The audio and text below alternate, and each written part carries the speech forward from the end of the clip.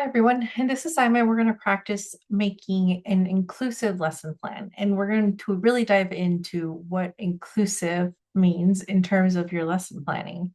So, the goal here is to help you reflect on how general ed teachers effectively design lessons that are meeting the needs of all learners. So, for this assignment, you'll be using 3 student case studies. And based on what you learn about these students, you'll design and adapt a lesson plan that shows how thoughtful planning, scaffolds, and accommodations can help every student participate meaningfully in your classroom. Now, the main purpose of this assignment is to help you understand what it really takes to plan intentionally for students with disabilities in an inclusive classroom.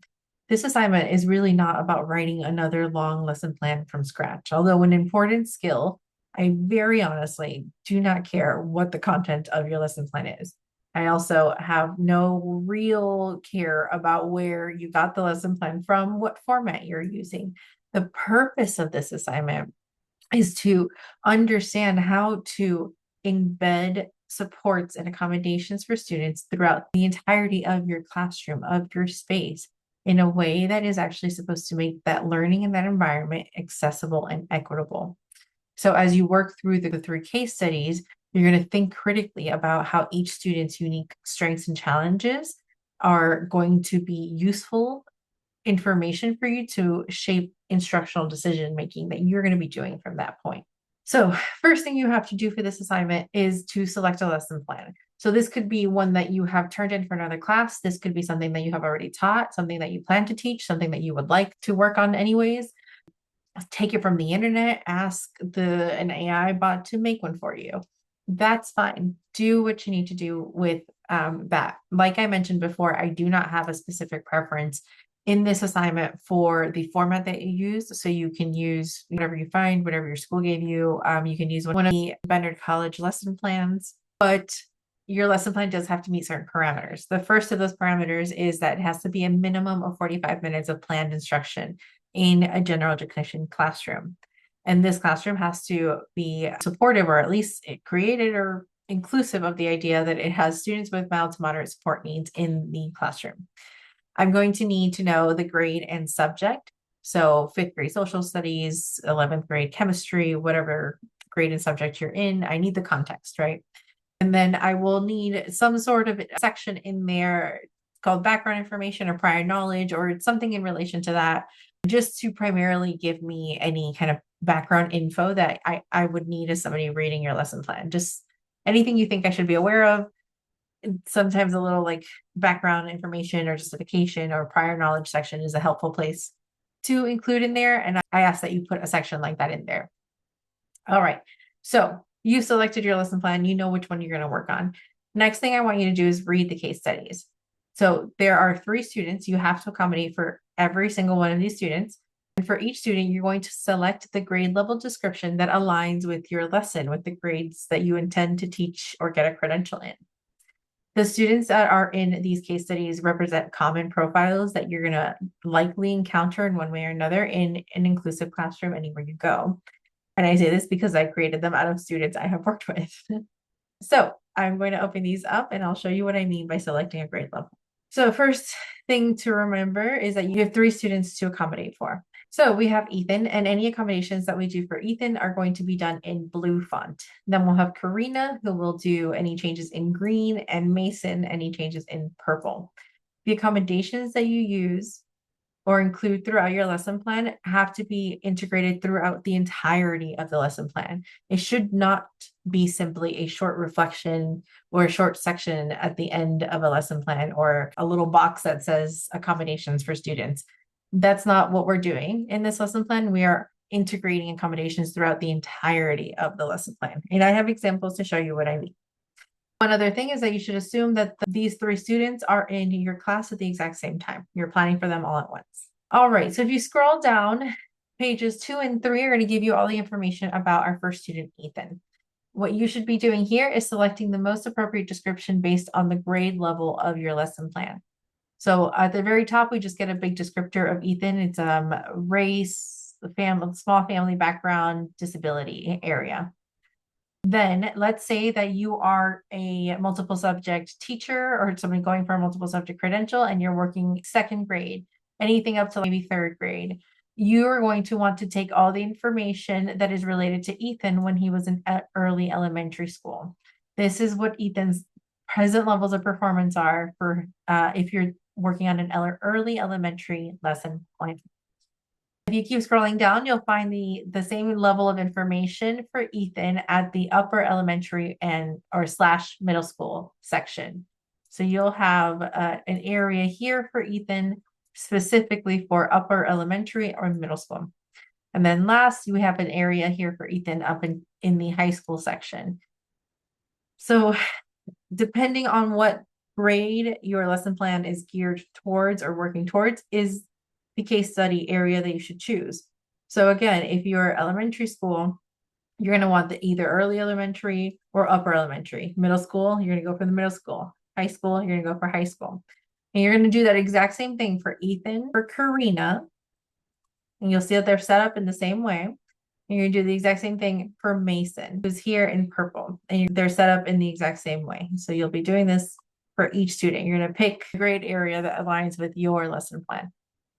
All right, so taking all that information about those students, you are going to break all that information down and you're going to start pulling out areas of need as they relate to your lesson plan. And throughout your lesson plan, you are going to accommodate for your student based on the needs that are in that case study. Now, it may feel like a lot, but I have some guiding questions here to help you think and anticipate and plan for these students' needs. I suggest that once you've read Ethan's case study, that you take just take a breather and think about what barriers they're more likely going to experience in your classroom if they're your student. And that could be related to their academic, to their behavioral, to their sensory, to their social. If something's in there that might be in any way impacting Ethan or Karina or Mason in their classroom, then you should flag it and find an appropriate accommodation or look for an appropriate accommodation that's going to help that student stay engaged and successful. And we're doing this so that we can proactively design supports rather than start building them in after we start to see the student have more and more issues. If we already know that they have areas of need, we're trying to accommodate for those ahead of time. And really now we're trying to understand how all the different ways that we can do that are. So the questions I have here in step 3, these are guiding questions. You do not need to submit them. Then step 4, in your lesson plan, now that you have selected which lesson plan you're going to use, you have picked which appropriate case studies you're going to be following throughout your lesson, you're going to make your accommodations for each student. Anything that is in blue should be related to Ethan. Anything that's green should be related to Karina, and anything purple should be for Mason. So again, accommodation should be woven throughout the whole lesson and not placed in a single section. And this also includes any additional areas like objectives, materials, instructions, and assessments. Now, I'm going to show you some examples of lesson plans in just a second. But when you work on this, I want you to know that there's 2 parts to this submission. So the first part to this assignment is your initial submission. And I'll give you your full points, or I'll give you maybe half points so that you get a notification that we still need to work on something. But I want you to do your best, and please do not try to aim for perfection. It's literally do your best and try to think through. What I will be doing is giving you explicit feedback on additional areas that we can think through differently. And after you receive your feedback, I'll put a note in there whether or not you need to add in or make revisions to your plan, or if I just want you to consider or talk through or think through some additional things there. It'll depend, but it'll be a comment that you'll get specifically on your initial submission. That's the first part of this assignment. I'm going to show you some submission examples or some examples of what these lesson plans have looked like in the past. Though I want yours to actually be a little bit more detailed than these, but I think these are pretty good examples to look at. So I've had students do this assignment for a couple of years now, and this year is the first time we're using different case studies. I thought it was time to revamp just the student descriptions a little bit more. But the examples I have are from case studies students have used in the past. So if you wanted to read what those case studies were specifically, you're more than welcome to here. In general, we're going to show, we have 2 different examples, one from a high school and one from a middle school. So in this example, the student who turned this in, this is their initial lesson plan, and you'll see that even in the section like materials and technology, they have accommodations listed for each student. And I know this because they're differentiated by color. Very helpful, right? And they included a prior knowledge section. Again, you can call it whatever you want, but just something to give me an idea of what do students already know? Maybe what context do I need to know so this doesn't just float in the air for someone who's never seen what you've taught before. Then in the activity section, what I ask or want is a step-by-step of all the actual teaching and talking that you are going to be doing in your assignment or in your lesson plan.